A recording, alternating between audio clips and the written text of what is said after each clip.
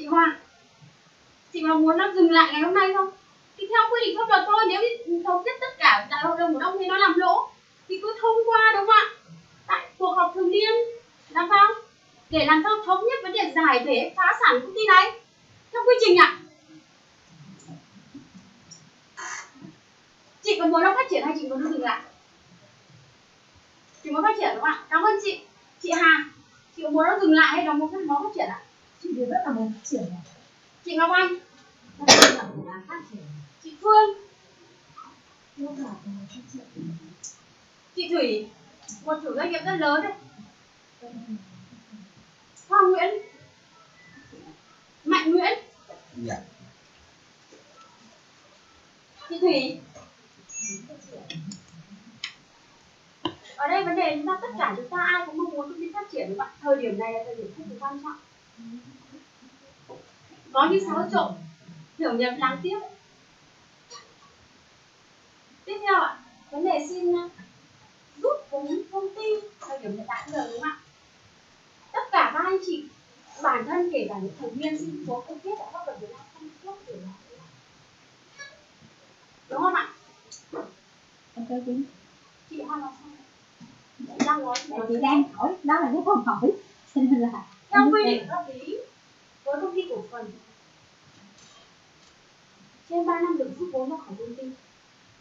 Trường hợp rút vốn sẽ dạng chuyển nhượng các cổ đông. Nhưng với điều kiện phải có cổ đông khác đón nhận cái cổ phần, mua lại cổ phần của anh chị thì có quyền chuyển sang cổ đông khác, chứ không có quyền rút vốn ra khỏi công ty ạ. Vậy thì trong số cổ phần các cổ đông hiện tại có 86 cổ đông không được phát triển ra cổ đông ngoài. Anh Nhung muốn rút vốn ra khỏi công ty đồng ý, nhưng với điều kiện tuân thủ pháp lý là chuyển nhượng cho các cổ đông khác. Cổ đông nào có quyền, cổ đông nào mua lại trên tinh thần là thỏa thuận chuyển nhượng vốn góp lẫn nhau thì được. Và công ty cũng đồng ý với việc là các anh chị chuyển nhượng lẫn nhau, đúng không ạ? Sau đó các anh chị hoàn thiện thủ tục với nhau rồi thì chúng ta xác nhận, công ty cũng xác nhận điều đó. Và công ty cũng sẽ giúp cố gắng tối đa là nếu như các anh chị có nhu cầu chuyển nhượng trong công ty hỗ trợ ạ. Được không ạ? Mọi người có đồng ý quan điểm đấy không ạ? được ạ. Vậy là cái việc mà các anh chị muốn chuyển nhượng, muốn rút vốn ra khỏi ngân hàng, các anh chị có cái việc làm đúng không ạ? Và CEO cũng đồng ý quan điểm nếu như anh chị nào không còn mong muốn đồng hành trở thành cổ đông công ty, chúng ta có quyền chuyển nhượng lại.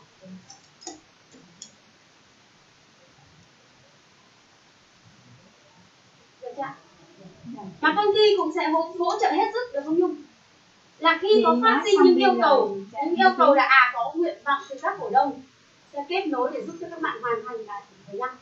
Ok không ạ? Đây là cái điều kiện mà chúng ta được phép và quy định chia sẻ về vấn đề có liên quan đến giúp các anh chị.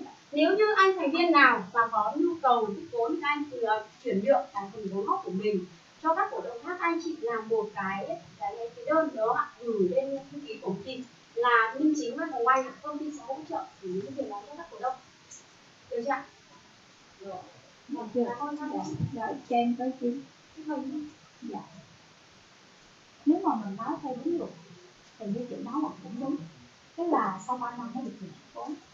Nhưng mà đối với những người cổ đông như tụi em đã thực hiện đúng quyền của mình hết rồi. Đó. Tức là đã có những cái quyền là đóng nghĩa vụ, đóng quỹ tiền cho của công ty. Nhưng mà từ đó đến nay 3 tháng, hơn 4 tháng đó, chúng em nhận được gì?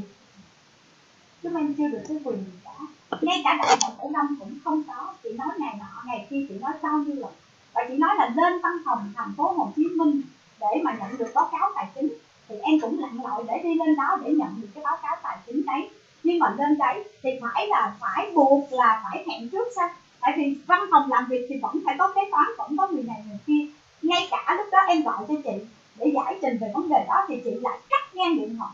Các bạn thấy là một CEO mà nói chuyện với cổ đông như vậy thì như vậy là có đúng hay không? Và ngay cả em gọi điện cho chị thì cũng cắt máy ngang. Và những cái câu hỏi em hỏi như vậy thì chị có trả lời được cho cổ đông người ta bình an không? Người ta yên lòng không? Đó. Thì bây giờ ở đây là nếu mà mình nói là về tôn trọng lẫn nhau thì đã không thấy được sự tôn trọng ở một CEO rồi. Và ngay cả Thiên Phú luôn, Thiên Phú vô cũng nói là mấy chị có mấy chục triệu thì xồn để làm gì. Mọi người muốn nghe những từ này không? Từ chính miệng Thiên Phú và từ chính miệng CEO Phan Thanh Hoa không? Tôi sẽ mở lên cho mọi người cùng nghe để cùng biết. Như vậy là các bạn đã coi thường cổ đông như thế nào mà buộc cổ đông phải, mọi người đã làm đúng nghĩa vụ của mình. Đó. Cái giải trình báo cáo quý 2 chính miệng chị CEO nói với tôi rằng 2 tuần sau lại có cho mình, nhưng mà vẫn không có. Đó. Vậy thì một nói một đường làm một nẻo, thì như vậy mình còn có niềm tin để mình đồng hành cùng người đó nữa không? Đó. Mà Quyền bây giờ nếu mà bản thân em mà vẫn có những cái hoạt động, có những cái động thái để mà cho công ty có thời gian để mà giải quyết cho bản thân em. Ví dụ như ở đây niềm tin, em nói anh chị nào còn niềm tin thì vẫn đồng hành, em không phản đối. Nhưng mà đối với những anh chị nào không còn niềm tin, ngay cả bản thân Nhung cũng vậy, CEO nói như thế này mà lại không làm thế khác. Nói là họp đại hội cổ đông bao nhiêu lần rồi, hỏi thì không trả lời về vấn đề đó. Đó, rồi gọi điện thì cắt máy, nhắn tin thì không trả lời. Như vậy các anh chị có ngồi yên để những cái đồng vốn của các anh chị đưa vào những cái chỗ đó mà họ đối xử với anh chị như vậy hay không? Và ngay cả bản thân mình cảm thấy rất là tổn thương, và đó là lý do mà mình muốn rút tiền lại. Còn các anh chị nói là quyền nghĩa vụ, đem những cái quyền đó nghĩa vụ đó, thì như vậy thì Nhung sẽ hỏi lại các anh chị đã làm được những cái giấy tờ thủ tục đó hay chưa? Các anh chị đã gửi đến những cơ quan hành chính là các anh chị kêu gọi góp vốn hay chưa? Các anh chị có ủy quyền của tập đoàn là 51% hay chưa? Một hôm thì nói là tôi đại diện cho tập đoàn nói 51%, một hôm thì nói là 88, 98, 95 gì đó. Đó, những cái ý kiến nó khác nhau hoàn toàn, mà mình không làm đúng. Những người đứng đầu như vậy, những người trưởng ban đào tạo, trưởng ban này, trưởng ban kia mà nói chuyện với cổ đông như thế, thì như vậy các anh chị có chấp nhận không? Và tôi cảm thấy tổn thương và mình không có niềm tin nữa, khi mà những đồng vốn của chúng tôi đã gọt vào rất là lâu rồi mà tụi em không nhận được những cái gì hết. Nói là đại hội bao nhiêu lần là đại hội, thi cử bao nhiêu người làm như vậy mà cũng không nhận được gì cả. Đó. Thực tế thì cái công ty này thực tế đến giờ phút này tôi cũng nói đến báo cáo tất của đâu. Thực tế thì hôm nay ở đây mà có ai mà trên 51% có thể tập hợp phù hợp được. Thế là lý do là luật doanh nghiệp Việt Nam cũng mời với tất cả các cổ đông. Thực sự đến giờ phút này tôi nói với tất cả cổ đông, tôi cũng là doanh nghiệp. Đến giờ phút này tất cả ban lãnh đạo của cách hát tạm thời này, nếu sau này sẽ có những cụ thể những kẻ cổ đông nhỏ nhưng minh bạch, nhưng lý do bây giờ mà ban lãnh đạo đang gánh vác một cái việc cũng rất là lớn, vì tất cả người cổ đông của tiền đây, kể cả chúng tôi bỏ vào, một số các cổ đông hôm nay chưa có mặt cũng bỏ tiền, chẳng hạn đã chi phí đến giờ phút này thực tế tăng đốt. Nếu mà chị rút vốn vừa rồi như đại diện cho cổ đông nói cũng rất là ok, kể cả sang nhượng cũng rất ok. Thực tế đến giờ phút này thưa với tất cả cổ đông, chúng ta này là một công ty cổ phần, chúng ta sẵn sàng bỏ tiền vào đây để chúng ta hoạt động kinh doanh, chúng ta có lợi nhuận. Nhưng thực sự đến giờ phút này cũng chỉ vì một cái lớn, để sau này tất cả những người đi vào đây cổ đông đều có một cái lớn lên, và hai nữa lớn rộng.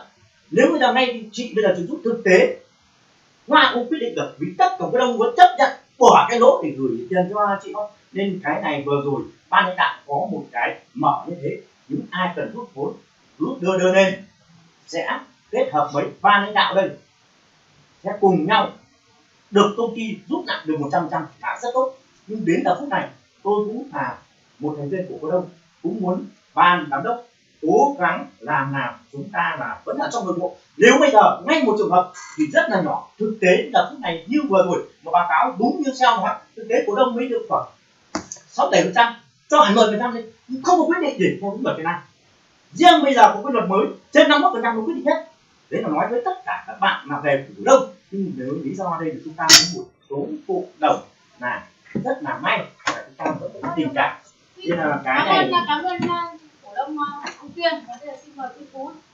Thì là chúng ta cũng phải có những cái bình tĩnh, tất cả bình tĩnh, không nó ảnh hưởng đến chất cổ đông không có mặt này này. Các bạn có tin rằng nếu các bạn, tôi cũng là một cổ đông tuy không lớn, nhưng mà nếu các bạn làm như thế có phải đóng cái với tất cả từ nhỏ đến lớn nhỏ thì ảnh hưởng như là câu đầu tiên. Xin mời lãnh đạo rất là nhiều đúng không ạ? Và xin mời cái thứ xin Khánh ạ. Xin chào tất cả các ban lãnh đạo cùng tất cả các chị em có mặt trong buổi sáng hôm nay. Thế thì vừa nãy tôi cũng được nghe đồng chí Hoa báo cáo về tài chính. Thế thì ở đây thứ nhất là tôi thấy báo cáo là thu được có tổng thu 2,4 tỷ thôi. Mà chi ở đây là chúng ta hết 23 tỷ. Có nghĩa là chúng ta đang âm đúng không ạ? Mà chúng tôi đã đóng cái cổ phần này từ tháng 3 đến giờ. Mà chúng tôi cũng chưa biết là chi vào cái gì mà bây giờ tự nhiên báo cáo âm. Thế thì vậy thì chúng tôi phải muốn biết được là cái chi này chi vào đâu và nó có hợp lý hay không.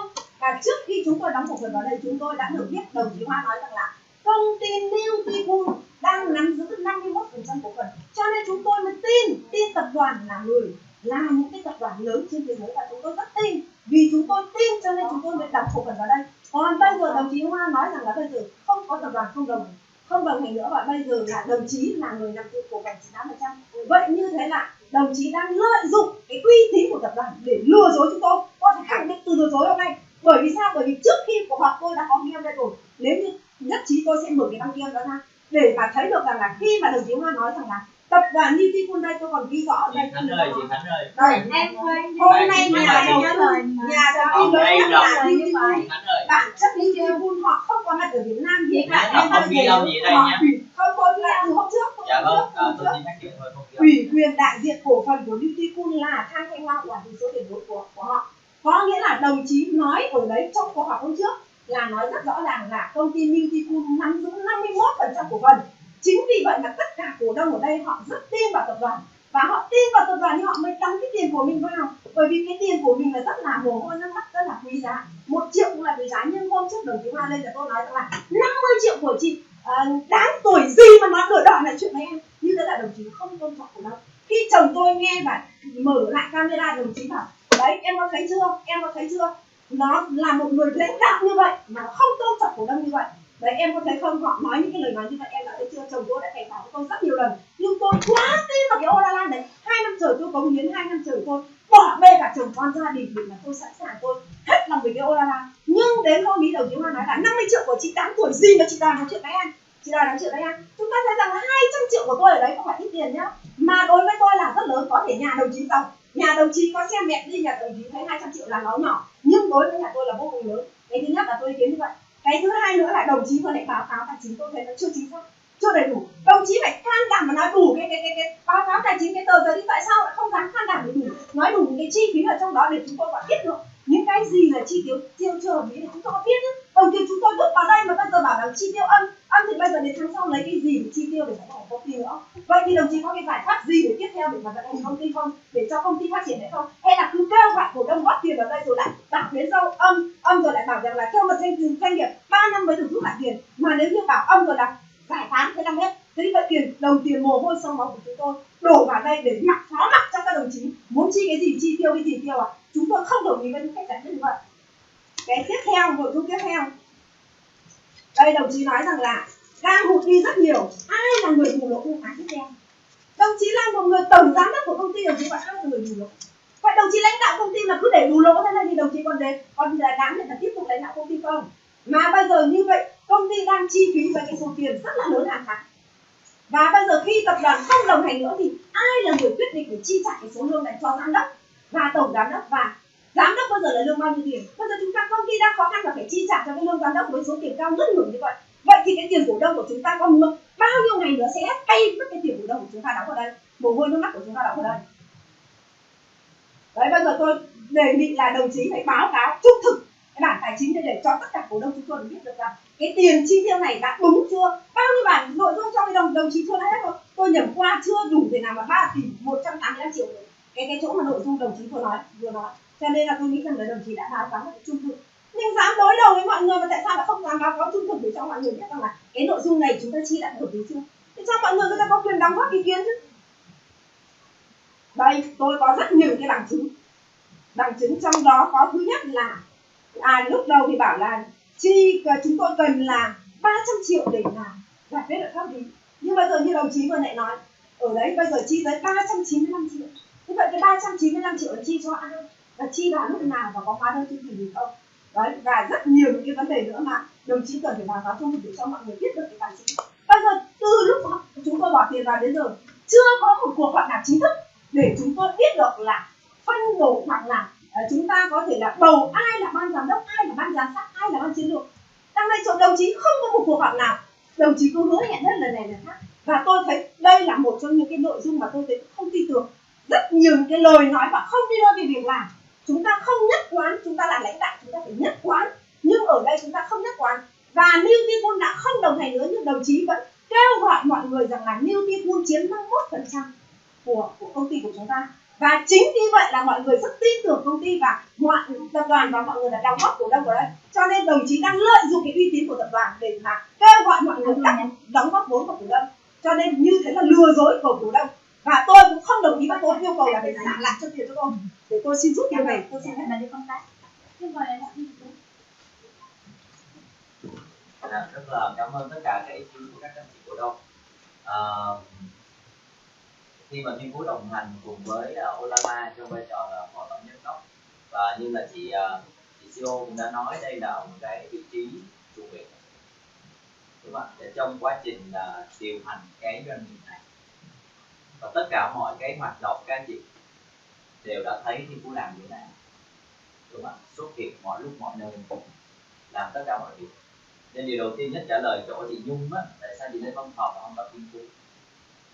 Thiên Phú có kiểm tra với bạn thư ký văn phòng á, là chị Nhung với lại một số anh chị không có đặt lịch hẹn trước, nên cái việc lúc đó mà lên mà không gặp Thiên Phú thì nó cũng có lý do chính đáng. Lúc đó Thiên Phú đi tiếp xúc được. Mình nhận lương không ai mình ngồi văn phòng để mình trực, mình ngồi cái đặt nha. Mình biết doanh nghiệp này muốn sống được là mình làm việc từ 4 giờ sáng tới 10 giờ đêm. Mình làm tất cả mọi thứ để cho công ty phát triển như tất cả các ý anh chị mong muốn.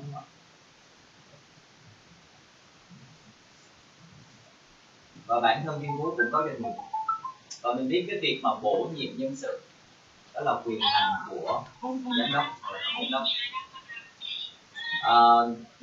Với vai trò cổ đông á, Thiên Phú cũng là một cổ đông của công ty này, và mình chịu trách nhiệm với tất cả những cái nỗi khổ khó ở đây.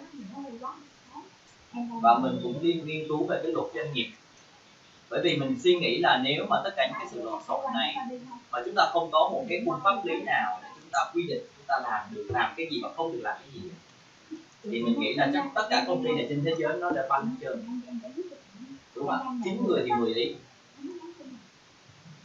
Vậy thì chỉ hỏi một câu là tất cả các ý kiến của các anh chị có đọc qua được kinh nghiệm chương 5 về công ty cổ phần, có đọc không ạ? Hay là phát biểu theo cái bản năng của mình? Và hôm nay chúng ta có khoảng 86 cổ đông, và công ty này còn lớn nữa. 100 cổ đông trong chiến lược vốn của mình, 100 cổ đông, 500 cổ đông, 1000 cổ đông. Các chị đã thấy những công ty 10.000 cổ đông chưa? Và nếu chúng ta không có một cái luật lệ nào chung để tất cả mọi người đều hành xử một cách theo đúng pháp luật như vậy, cái trước hết nha là phải đúng pháp luật. Văn hóa là cái thứ mà chúng ta giao tiếp với nhau, cho nên phải đúng pháp luật. Vậy thì ở đây là Thiên Phú xin trích dẫn cái điều 119 nghĩa vụ của cổ đông á, là không được rút vốn trả góp bằng cổ phần phổ thông dưới mọi hình thức.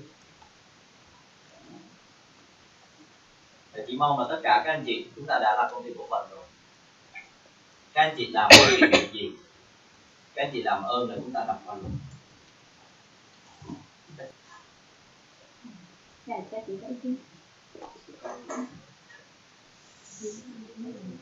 Tóm lại là cảm ơn lãnh đạo Thiên Phú rất là nhiều. Lúc nãy thì theo ngồi nghe vấn đề quy trình bổ nhiệm tuyển dụng hoạt động của công ty chúng ta, đúng không ạ? Công ty chúng ta chuyển đổi mô hình cổ phần có nghĩa là ban lãnh đạo theo công ty cổ phần trước đây trách nhiệm hữu hạn với bên chúng ta. Theo quy định, công ty cổ phần sẽ có hội đồng cổ đông, đúng không ạ? Và sau hội đồng cổ đông được thành lập và tổ chức đại hội đồng cổ đông, và hội đồng cổ đông sẽ bầu ra hội đồng quản trị. Hội đồng quản trị sẽ có quyết định thành lập ban giám đốc, đúng vậy không ạ? Còn trong thời điểm chưa thành lập, chưa bầu hội đồng quản trị thì tổng giám đốc có toàn quyền tuyển dụng, bổ nhiệm những chức danh trong phạm vi để đảm bảo điều hành doanh nghiệp. Và CEO là tổng giám đốc đại diện pháp luật công ty này cho đến thời điểm hiện tại chưa đại hội cổ đông có toàn quyền cái việc mà tuyển dụng một vị trí hoặc bổ nhiệm một vị trí nào vào vị trí phó tổng giám đốc, thư ký theo tuân thủ đúng quy trình tuyển dụng và xét về hồ sơ năng lực, trải qua rất nhiều cuộc phỏng vấn sát hạch. Và cái điều đó không cần phải thông qua hội đồng cổ đông. Có phải vậy không ạ? Chị Thủy là giám đốc doanh nghiệp lâu năm. Và tổng giám đốc cũng như ban giám đốc có toàn quyền quyết định thang bảng lương cho công ty. Hội đồng quản trị chỉ là tham vấn ý kiến và cũng không có quyền can thiệp vào việc quyết định thang bảng lương cho các nhân sự ạ. Bởi vì một cái ban giám đốc quản trị và điều hành trong công việc hàng ngày đã phải đủ cái năng lực để ngồi vào điều đó, ngồi vào chỗ đó để làm cái gì với công ty này để cho doanh nghiệp để tăng trưởng phát triển. Quay trở lại hỏi khách quan,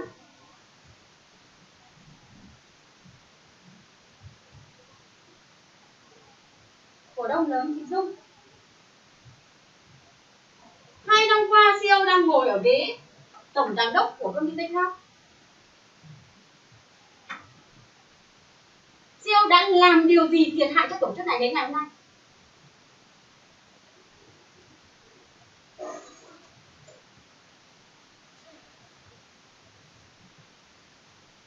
Những việc mà tôi đã làm cho Techcraft 2 năm qua, của mới và cũ cho đến ngày hôm nay, tôi đã làm điều gì?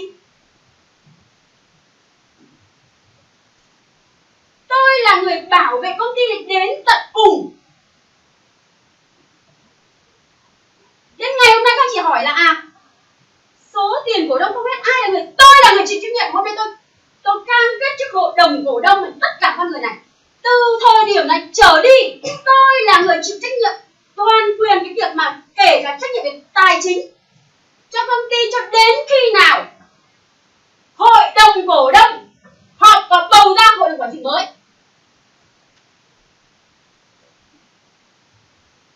Được chưa? Các cổ đông đồng ý không ạ? Tôi chịu trách nhiệm với cái việc mà số lượng cổ đông lớn nhất để tôi trách nhiệm, tôi bỏ tiền vào tôi vận hành tiếp. Còn nếu chúng quy định lỗ bao nhiêu thì sẽ trừ đi nếu cổ đông hút vốn, đúng không ạ? Bao nhiêu người nhìn thấy ạ? Nhưng tôi đã không làm điều đó. Tôi hỏi lại các cổ đông cũ một lần nữa. Nếu tôi nói rằng trong 2 năm qua một mình tôi phải chịu tài chính từ đầu đến giờ, các bạn nghĩ thế nào? Có bao giờ hỏi ngược lại không? Các bạn có bao giờ hiểu cái điều đó không? Đối tác chiến lược chỉ hỗ trợ những vấn đề về mặt chiến lược, còn tài chính 2 năm qua một mình tôi chịu trách nhiệm cho đến giờ phút này. Đã chắc chưa ạ? Đồng chí nói như vậy đã chắc chưa ạ? Chắc luôn ạ. Đồng chí cho cái giấy ủy Chị không có quyền Chị làm điều không đó. có quyền bởi vì tôi đã chịu trách nhiệm về tài chính có trong suốt 2 năm qua. Còn nếu chị nghi ngờ chị cung cấp bằng chứng ra đây và phải có ghi bằng. mọi người Đúng chưa? nó không có Bao nhiêu thành viên đồng ý với quan điểm nhá? rồi Đồng ý. đó, những người không đồng ý đây rất là nhiều. Đây đồng ý, đồng ý. Không thể nào mà Bởi đây vì đó nói luôn này. Lúc cứ tôn trọng đi, đây là một cái công ty, đây là một tổ chức. Trên 50% rồi, ok ạ. Cảm ơn các anh chị. Và bây giờ trước khi mà kết thúc, bởi vì tôi không muốn nghe những sự đã đây được tuân thủ quy trình. Đến giờ phút này, cổ đông nào không còn muốn đồng hành làm theo quy trình? Đúng không ạ? Lúc nãy tôi đã phổ biến rồi. Các anh chị gửi đơn đến thư ký tiếp nhận và sẽ xử lý quy trình. Được không ạ? Được. Tôi thấy đây là đồng ý là tất cả thực tế của các bạn cũng chỉ nào. Rồi, Đây là các bạn. tóm lại là dừng thảo luận ở đây. Tóm lại là đến thời điểm này không được phép không thảo luận nữa. Và theo kết luận công ty đã đúng quy trình và đã đưa ra các ý kiến ai mong muốn như thế nào, đã có quy trình xử lý và đã thông báo, đúng không ạ? Và công ty sẽ dừng cái việc thảo luận ở đây. Tôi hỏi một câu cuối cùng. dừng thảo luận và CEO Nói mọi người và đến đây chỉ hỏi một câu anh người Rồi, ta đây, từ đây, ở xa nói đến đây và để nói chuyện mà không được đó là bây giờ CEO nói là bên Newticool là đồng hành với chúng ta và có 51% là đóng cổ phần đây, và khi được phát hành bán cổ phiếu thì nói là đây là do tập đoàn phát hành. Vậy thì hôm nay CEO minh bạch ra cho chúng tôi xem cái giấy ủy quyền của tập đoàn Chị không có Newticool. quyền làm điều đó. Và thứ hai, nếu họ có 51% tại sao cuộc họp hôm nay thì họ phải có zoom vào đây của tập đoàn như vậy thì họ có tiếng nói lớn hơn. Vậy thì Newticool còn đồng hành với chúng ta nữa không? Đến giờ phút này còn đồng hành với chúng ta không? Và từ ngày 5 tháng 9 năm 20 đến ngày 8 tháng 4 năm 20 họ đồng hành, họ rút tài chính ở đây và IT ở đây, đến bây giờ còn đồng hành nữa không? Và họ tại sao họ lại rút? Nếu rút thì tại sao họ rút? Chị từ chối trả lời câu hỏi này. chị Thông đưa tin ra nói bằng cách chứng, khác. chị đưa ra bằng chứng hoặc là chị gửi bản về công ty. Đúng rồi. Cảm ơn chị. Thôi thì